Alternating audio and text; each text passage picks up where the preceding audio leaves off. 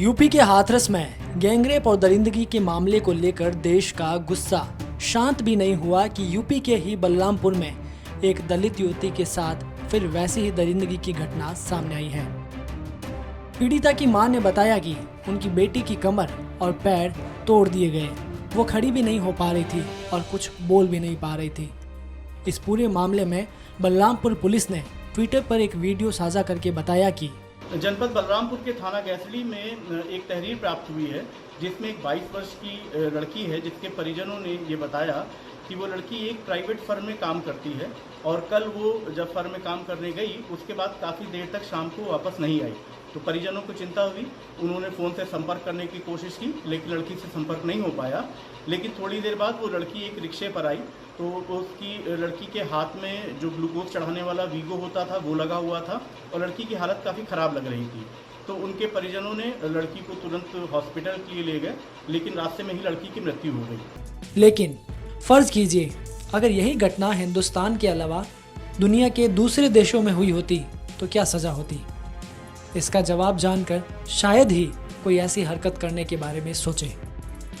आइए आपको भी बताते हैं कि अगर हैदराबाद गैंगरेप केस दूसरे देशों में होता तो आरोपियों के साथ क्या होता। इराक, अगर गैंगरेप की यह घटना इराक में हुई होती तो आरोप साबित होने के बाद अपराधी को तब तक पत्थर मारे जाते जब तक कि वो तड़प तड़प कर दम ना तोड़ दे। पोलैंड, अगर ये घटना पोलैंड में घटित हुई होती तो इसके अपराधियों को जानवरों के सामने फेंक दिया जाता।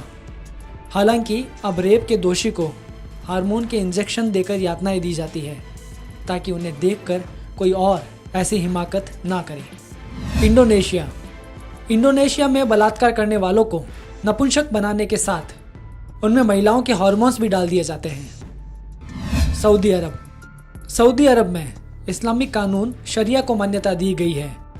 इस देश में किसी भी अपराध के लिए मौत की सज़ा का प्रावधान है। अगर कोई भी शख्स रेप का दोषी पाया जाता है तो अपराधी को फांसी पर टांगने, सिर कलम करने के साथ साथ उसके यौनांगों को काटने की सज़ा सुनाई जा सकती है। उत्तर कोरिया, उत्तर कोरिया में रेप का दोषी पाए जाने पर अपराधी के सिर में गोली मार दी जाती है। इसे देखना जीते जी मर जाने जैसी बात होती है।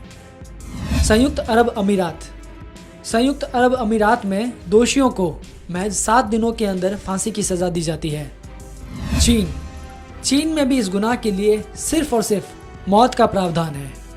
कुल मिलाकर इन देशों में ये सजाएं इसलिए ताकि लोगों में अपराध करने की सोच को लेकर डर पैदा हो सके, जिससे वो ऐसे अपराध करने से पहले 10 बार सोचे। हाल ही जया बच्चन ने राज्यसभा में कहा था कि रेप के आरोपियों को जनता के हवाले कर देना चाहिए, लेकिन हिंदुस्तान का कानून ऐसी इजाज़त नहीं देता। यहाँ ऐसे जघन्य अपराधियों पर बरसों बरस सुनवाई होती है और इसी दौरान निर्भया जैसे पुराने जख्म हैदराबाद गैंगरेप केस की तरह फिर से हरे हो जाते हैं। टीम खबर अपडेट।